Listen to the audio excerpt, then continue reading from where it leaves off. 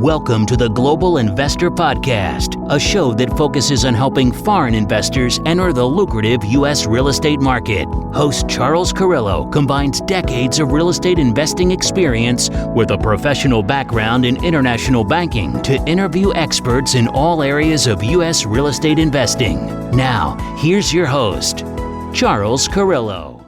Welcome to another episode of the Global Investors Podcast. I'm your host, Charles Carillo. Today we have Engelo Rumora.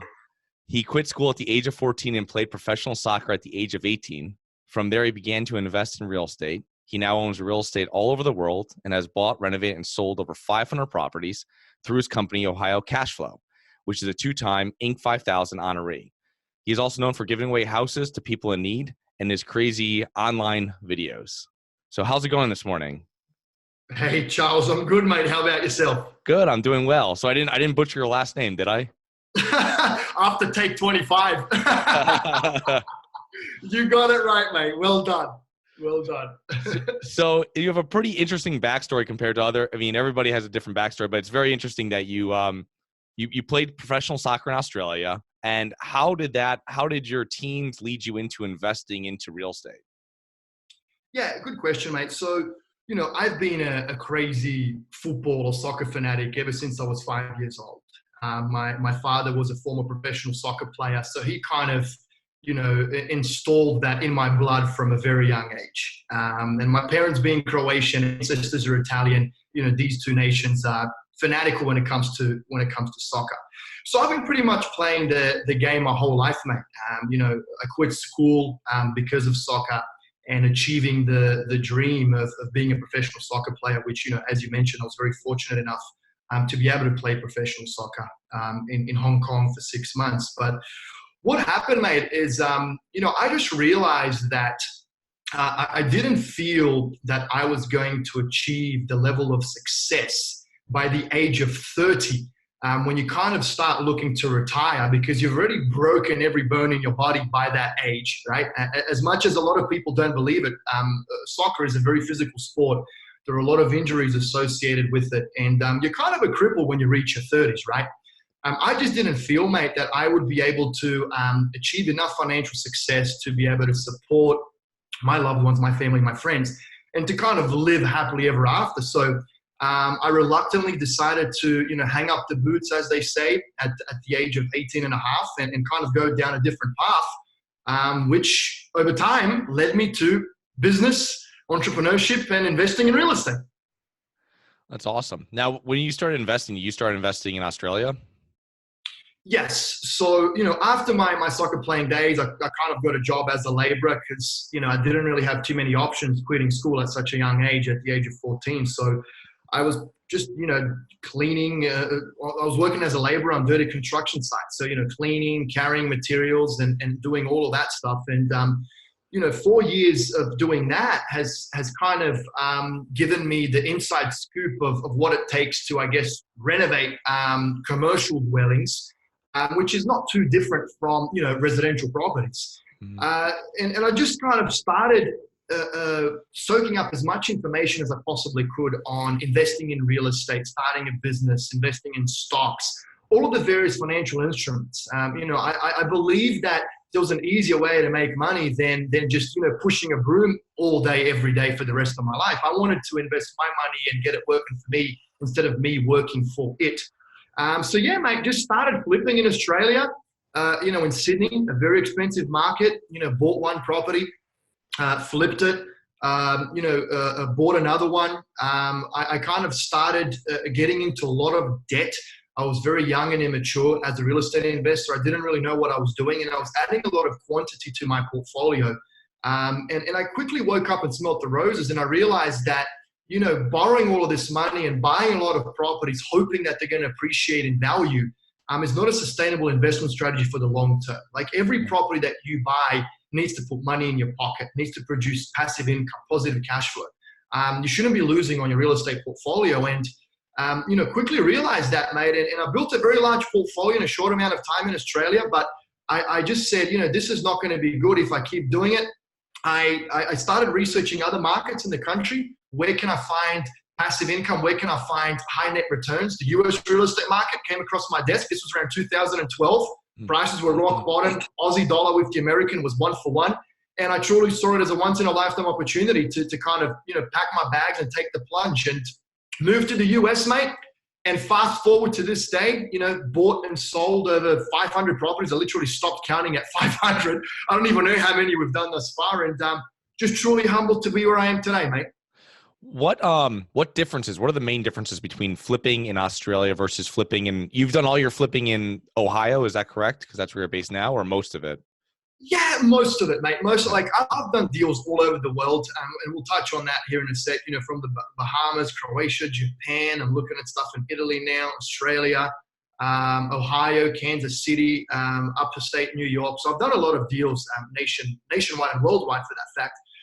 Look, there are a lot of differences. I mean, and I haven't been back home in a while, and I haven't done any deals in a while. So forgive me if I don't remember all of them. But first of all, I guess the biggest difference is the entry price point. I mean, you're looking at a median house price right now in Sydney, Australia, where I'm from, is like $900,000, right? Well, in Ohio, I believe the median house price is $130,000. In Toledo, where I'm based and where we do all of our deals, it's $60,000 to $80,000, right? That doesn't even buy half a car park in New York or LA or Australia for that fact, So that's a big difference. Just the legals are different too. The way things are called are different. The people's mentalities are different. In Australia, it's just non-existent for tenants not to pay their rent. I mean, you don't have any evictions there because the population growth is so high that the demand outweighs the supply big time. So there's a big competition to rent properties. Here, it's common to just move out and not pay the rent. Another thing that I've noticed too is in Australia, there's a pride of ownership in the work that the contractors do on the properties. I mean, you've got some good quality labor, some good quality contractors there that will get the job done in a timely manner, in an efficient way, in a high quality way. I've noticed that that's not the case here in the US, mate. You've got a lot of shady contractors stealing a lot of money. We're going to touch on that too later on. I've lost over $2 million to shady contractors over the last 6 years. So, those are just some of the differences off the top of my head. So, yeah. So tell us about your company, Ohio Cashflow, and you guys twice on Inc. 5000. And what do you guys like about the greater Toledo area where you guys are investing? And how does your company work with investors that come in? Yeah, man. Ohio Cashflow, my pride and joy, my baby. Put me on the map as an entrepreneur and business owner. And, I love the blue and gold. And it truly has been a journey, mate. They say that the journey is better than the destination. But humbled, honored, and proud to get on the Inc. 5000 list twice in a row. It was a dream of mine 2 years before I even moved to the US. When I found out about that list through one of my buddies, I didn't even know what it was. And I remember putting it on my bucket list. I need to establish a company in the US that's going to make that list. And we did it. But yeah, look, mate, based in Toledo, Ohio, started in April of 2014. We are the most reputable turnkey real estate company in the country. So we sell fully renovated and tenanted properties to investors from all over the world, East Coast, West Coast, Asia, Australia. I've got an investor from Madagascar out of all of the places. So a lot of these individuals, they don't have the time or expertise to invest in real estate themselves. So they just buy properties through Ohio Cashflow. And all they have to do is, sit back, relax, and collect the rent. I mean, we pretty much manage the entire process and all the headaches of owning an investment property on their behalf. So from acquisitions to rehabs to property management, evictions, distributing the rent. I mean, everything and anything you could possibly imagine that's involved with owning an investment property. We look after all of that for our investors. So, yeah. You have an interesting application process, which I was looking there, and I have never seen before on other websites. I'm not sure if it's an in-house. I've never bought turnkey, but 1 out of 10 investors is normally what you guys accept. What kind of criteria do you guys have? This interview is not going to be long enough if I start telling you all about criteria. Long story short, mate, we don't work with assholes. No, look, we are known for turning down more business than we take on. And it's something that when we first started Ohio Cashflow and times were tough, it took us a year and a half to sell our first property. Okay, a year and a half, Charles, to sell our first property. And back then, I didn't want to compromise my beliefs as the owner and sell to someone that I didn't believe was going to be a good fit for us. Now we're selling properties like hotcakes, right? Everyone wants to work with us because we're the best. Simple as that. I'm a little bit cocky and arrogant when it comes to that, but we truly are one of the best in the country at what we do. So look, at the end of the day, mate, investors come to us wanting our expertise, wanting our, our market, our knowledge, and our expertise once again. So we want investors to let us do our job. If you're going to tell me what color paint I should use and how thick the carpet should be, then you shouldn't be buying turnkey, right? You should do it all yourself. If you're not going to trust me and if you're going to question everything I say, well, then you shouldn't invest with me either, right? So we're very, very rigorous when it comes to that. We put investors through the ringer. You have to fill out the investor application form. We only work with cash buyers. We want to see a proof of funds. We ask for a $5,000 deposit. I mean, it is almost impossible to do business with Ohio Cashflow. And there's a method behind the madness because once again, we truly want, we're the best of the best. So we only want to work with the best of the best. And to be honest with you, mate, it's not about money to me. You know how they say everyone's got a price? Well, I'll tell you what, Charles, I don't have a bloody price. You can't buy me. I've got my beliefs, my principles, and I will not bend. And, people ask me, Engelo, how did you guys establish such a great reputation? The answer is always the same. It's because we turn down more business than we take on. We truly only work with investors that we believe are going to be a good fit for us and that we're going to be a good fit for them. And yeah, that's our process, mate. Yeah, it's nice. Yeah, it's awesome that everything's in-house and makes it totally, truly passive for everybody that's involved, on the investor side. But it's great that you guys don't allow any debt. Everything's done by cash. I was looking at one of your forms for that so they could use whether they're IRA, if they're US based or something like this. But I imagine it's all for international investors that are buying it 100% cash. Is that correct? Correct, mate. Look, I'm a big non-believer in leverage. I think that, there's a lot of beginner investors getting caught up in borrowing a lot of money just because they have good paying W-2s and they were able to scam the system to get a good credit score. I've got a crappy credit score, but I run multiple companies. I don't want to mention how much cash I've got in the account, but anyway, doesn't matter. That's not the question here. But a lot of people are good at manipulating their credit score. They've got a W-2 and now they think that they're experts and they go out and borrow a lot of money, but they don't understand what it takes to own a real estate portfolio. They don't understand the swings, the volatility that can happen when two properties go vacant, a tenant trashes your property, you have to go through an eviction. And then before you know it, mate, all of a sudden you're putting a hand in your own pocket from the hard-earned money from the W-2, and you have to cover all of your losses on your real estate portfolio. Real estate, Charles, is about making your life easier, about making your life better, about producing passive income for you so you don't have to work anymore, not so you have to work harder, right? So I'm a big believer in taking as long as it takes to build the foundation of your portfolio with cash. What that means is at least 30 to 50% of your entire real estate portfolio should be unencumbered. I think that's a great way of protecting your real estate investments against a downturn. And if, God forbid, something was to happen within your portfolio of a couple properties going vacant or whatever it may be. Once you are experienced, as in you have owned properties for 5+ years, you understand the swings, you understand the volatility, you've gone through an eviction, you understand tenants, you've been around the block, then start using leverage. At a later date, all good things take time, mate. Nothing happens overnight, right? And I just see way too many investors getting caught up in easy money and not knowing what they're doing. And, I can tell you right now, we as a company, Charles, lose 90% of business because we don't accept any financing. Once again, I don't care because it's against my core belief. I don't want to sell properties via financing to investors because I think they don't know what they're doing and they're getting themselves in a lot of trouble. That's why we only work with cash buyers. So.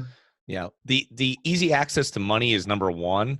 The number two with investors, which kind of goes hand in hand, is no reserves. And I hear it all the time when people contact us. Oh, I've got man, if you have $5,000 and that's what you have after, you're going to get into so much trouble. What are you going to, you start pulling on your credit card, it's going to be a mess. And luckily you have a W-2 that makes money. You can cover things. But like you said, some of these markets with evictions, you're talking 6 months with no money. You got to cover lawyers. You got to cover the renovation, everybody in between. So yeah, that's crazy, mate. Like in Ohio, it's 4 to 6 weeks maximum. So it's very landlord friendly. I mean, if you don't pay rent, the judge just evicts you. There's no questions asked. But yeah, look, I've had investors that, come to us with 50, 60, 70 grand, and that's their life savings. And then they say they want to buy one property. I'm like, dude, one property is not going to get you to where you need to be. I'd rather you use that money, go and do flipping, go and wholesale, go and start a business. I don't know, figure out another way to make more money with what you have, because one property doesn't give you financial freedom. You really need to build a larger portfolio. Plus, I always tell investors, don't invest what you can't afford to lose. You know what I mean? Like, you should only invest the money that you never need to touch. Always have a buffer, as you mentioned there, set aside for, God forbid, any family emergencies, any health issues, or whatever it may be. Don't invest money that you are dependent on, right? So I think that's something very important that your listeners should take on board. Yeah, no, I definitely agree with that. So when a new investor inquires with your firm, what are the first steps you take, other than obviously finding out source of funds and stuff and what do you usually do of getting them set up and figuring out, other than, where they're coming with funds, what their goals are in regards to investments? Yeah, mate. So look, it's an investor application process on our website. Then our deal coordination team reaches out to them. Believe it or not, a lot of people, for whatever reason, fill out the investor application form, even though they're looking to finance. Not sure how the hell they missed that. It's like bold and red on the website, and it says we don't accept any financing. So we've got a lot of, I guess, dead leads straight away up front, which deal coordination sorts out through the initial kind of text message, phone call, follow-up email. Are you a cash buyer? Then we ask for a proof of funds. Then we set out a set of questions. So throughout that elimination process, for lack of a better way of putting it, there's only a very few investors that will kind of go through and get to an actual phone call. Then we kind of, chat to them on an introductory phone call for around half an hour, learn a little bit more about them and their needs, answer any questions that they might have, talk a little bit about Ohio Cashflow.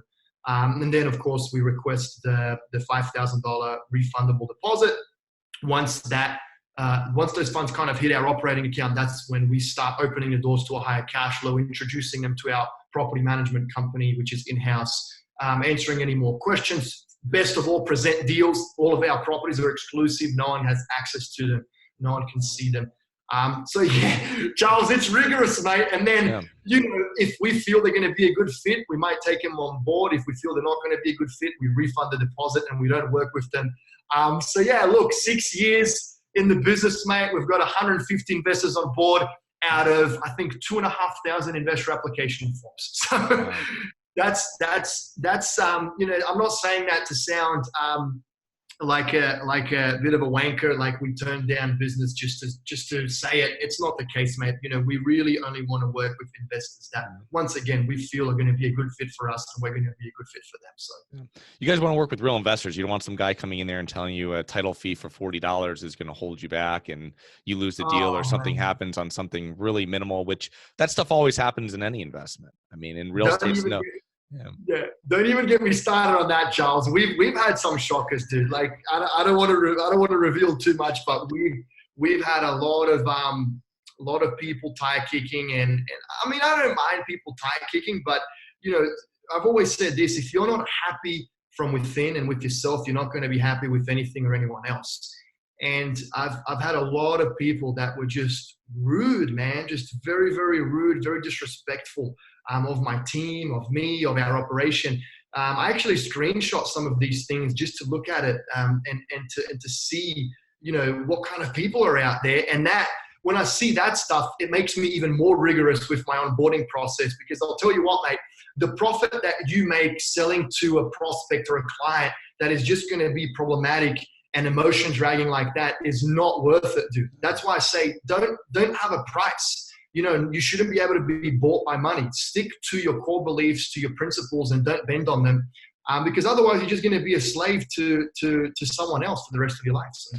Yeah, because it's your relationship just starts after they buy or after they invest into the property. I mean, you've got years and years and years, so it's it's definitely a good way of doing it. So it's a marriage, Charles. I tell investors that it's like a marriage. This is not a one-night stand. We're entering a marriage. We don't like each other and we don't respect each other. It's not going to work, because we're in it for the long haul, right? So yeah. So you personally own a lot of property, Bahamas, Croatia, Japan. What do you do with these properties? Are these all for personal use? Do you rent them out, Airbnb them? What do you do? Don't even ask, mate. Don't even ask, because I don't even know why I bought the bloody things. You know, oh man, you know, you kind of start getting successful, getting a bit of money in your account, and then you just start going out and accumulating all of this stupid, excuse my language, and you don't even know why you're buying it. It's just your ego kicking in. You're like, oh, I want to be a top dog. I want to own real estate all over the world. So then you just accumulate all of these materialistic possessions and properties, and yeah, you know, great. I guess I fulfill the dreams, but I don't know why I did it, mate. I'm actually looking at liquidating a lot of the stuff now because it's just kind of sitting there doing nothing.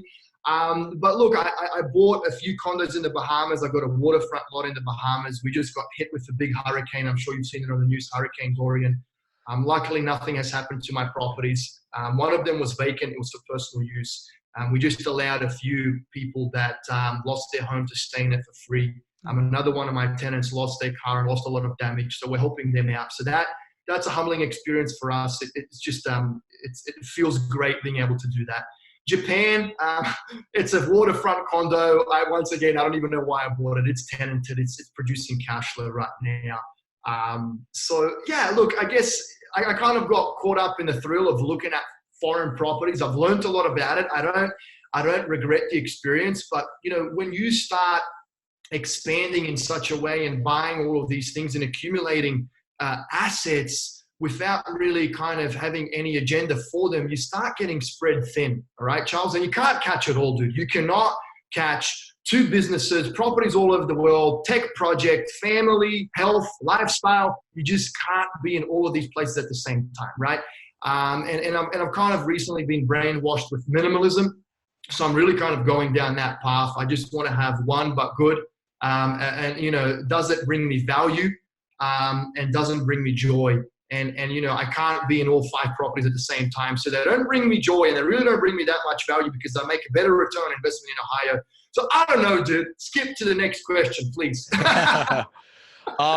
So it's one of those things. You said you were having people stay in your house, which is your condo down in Bahamas after Dorian. That's awesome to hear that. You've given houses away. I was reading on your website, you gave houses away, and you said you had a number. You have a whole, like, you had 100 that you want to give away. Is that what your goal is, or 99 to go, whatever it was? Yeah, that's a stupid mistake that I made on live television. My team almost killed me. I said, we're going to give 100 houses away in the next 10 years. I've got 7 years to go. Yeah, mate, look, you know, success without fulfillment is the ultimate failure, right? And adding another zero to the bottom of your bank account, it's really not going to get you any happier or fulfilled or you know, find peace from within. I'm kind of on a journey now where I truly want to find that fulfillment, because I believe that I lost myself in the hustle and go of starting a company, you know, grinding, doubling revenue, hiring more people, adding more zeros to the bottom of my bank account, you know, and kind of shifted a little bit, going down a different path. And yeah, mate, look, I love the feeling of giving something to others, as corny as that sounds. But when you give a house to a person in need and you see the smile and joy on their face, it beats any amount of money that you have in your account. When you're walking on the street and you see someone asking you for money and you give them $1 or whatever it is, you know, don't judge what they're going to do with it. You know, give with a pure heart, and you've done your thing, and it's up to them to do the right thing with that money. Is it going to be drugs or food? We don't know, but that's not for us to decide. That's for them to decide. It's just a very proud feeling, and it's a true feeling of joy and happiness from within. So yeah, mate, you know, I'm going to continue giving houses. I guess we've got the crazy goal of giving 100 houses away in the next 10 years. And on my tombstone, I want it to say, you know, Engelo Rumora, he gave it his all and he gave it all away. You know, one day I'm going to give everything away that I've earned throughout my life, because I can't take it with me, mate. So you know, what's the point? And there's a lot of other people out there that are in need, and that, you know, that hard work over the years and the money can give them a better life. So that's what I'm about, dude. That's an awesome goal to have. I mean, that's great. I want to circle back on one thing in regards to, because you have a lot of people that are going to be listening to this that have not invested into real estate before. they've probably never done any type of flip or even dealt with contractors. You said you lost $2 million dealing with shady people. Tell us what happened and what your mistake was that allowed that to happen to you. Oh, wow, mate. I still haven't figured that one out. To be honest with you, Charles. Yeah, look, so we've had our CEO indirectly embezzle around $250,000 from our operating account. I've had property managers steal rent, steal deposits. I've had contractors take draws, buy a boat, buy a car, buy meth, take their wife on a holiday, buy materials, use it on another job. I mean, I can continue with the sob story forever. We kind of stopped counting. You know, it's just a cost of doing business, mate. It happens to all of us. If you're a business owner, an entrepreneur, you will get cheated. You will get screwed. People will lie and steal. You just have to be prepared for it. In my opinion, there's really no way of not experiencing it, because I feel that, you know, we live in a world, Charles, where there's a lot of greed, there's a lot of bad, and a lot of people are out to get you. You know what I mean? They don't like to see success. They're jealous, and jealousy is the green-eyed monster, as I refer to it as. Hatred is better than jealousy. If you hate me, Charles, I see you coming. If you're jealous of me, I don't know you're jealous of me, and you do shit behind the scenes, right? So, you know, it's you know, I've just learned to live with it. I've learned to consider it the cost of doing business. I've learned to drop it very quickly and move on, because the negative emotion and the negative energy, if you focus on those instances when you've lost money or when you've been cheated, don't allow you to focus on doing better, doing more, getting bigger. So do what you can to you know, recoup as much as you can, but really focus on continuing to scale, continuing to grow, and continuing to better yourself. I trust everyone, and that's a big problem of mine. So now I don't make any more of the major decision when it comes to partnerships or when it comes to bringing people on board. Dominique, who is the unsung hero with Ohio Cashflow, she's been working behind the scenes and by my side ever since we started the business. She's not the front runner like I am that does the crazy gimmicks, mate. She's the you know, heart and soul of the company behind the scenes. And for whatever reason, I must have had some kind of male ego thing where I just didn't trust her judgment when it came to people. Charles, she was right every single time. So, you know, you've got a woman in your life. I'm telling you, mate, before you start any business relationship or partnership, get your future wife to talk to these people and ask them a few questions, mate, because for some reason, mate, women can pick the losers better than us dudes can. So that's the one thing that I've learned, mate, is I'm pretty much just, you know, from now on, I'm not making any of the major decisions when it comes to people. I'm just going to let her sniff it out and let me know what she thinks before we proceed. And I think that's going to be a winning formula moving forward. Yeah, it's really great you said about the women's intuition, because one of my mentors, he was saying that he would always take out people out to dinner with his wife, and he would find a few of them, and actually he would find something that rubbed them wrong during dinner or something like this, and he would dig into it, and he would find out that the guy, like, you know, the person, their ex-boss didn't have cancer and was like embezzling money or something, you know what I mean? Something crazy. So it's like, I mean, but it's a great way of dealing with it is turning the page, like you're saying. I mean, you got to say what did I do wrong, and then how do I fix that on the next deal, or what do I do to not have that happen again? So that's great, right? You learn from your mistakes. You don't really learn from success because your ego blossoms and you don't think about the steps that cause the success. But when you fail and you lose, you get haunted with every little step, and that makes you better. And of course, you know, it doesn't make you repeat the same mistakes. So. Yeah. That's completely true. Another thing too is you wrote a book that you just finished. Can you explain a little bit about that? Because I don't even know about it. Oh, dude, if I don't get sued when this book goes live, I'm going to be the happiest man in the world. The book is called The Raw Truth to Success in Real Estate. Okay.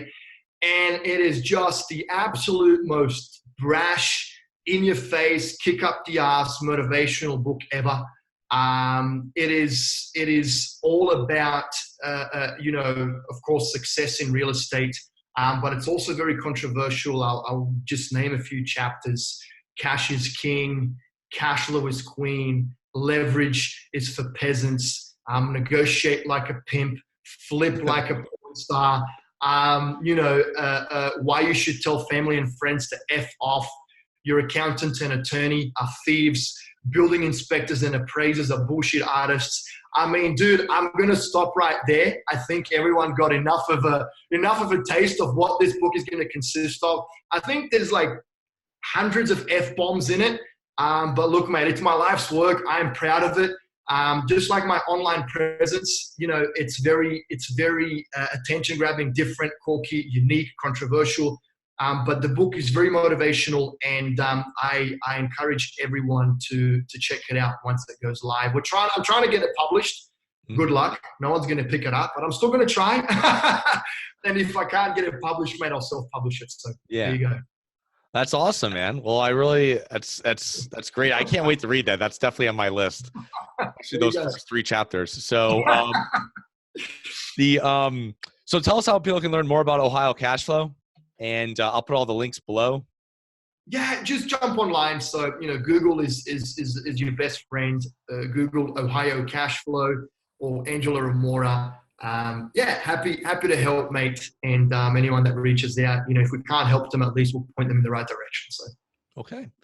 Well, thank you very much for being on the show, and enjoy the rest of your time in Italy. It looks like, you're going to be there for a while, or no? Yeah, mate. Look, in and out. I've got a few cool things in the works here that I can't really share at the moment, but I'm really excited about it. So we'll see how that all pans out. Okay. Sounds good. Well, enjoy the rest of your trip, man, and we'll have to connect soon. Thanks, dude. Thank you.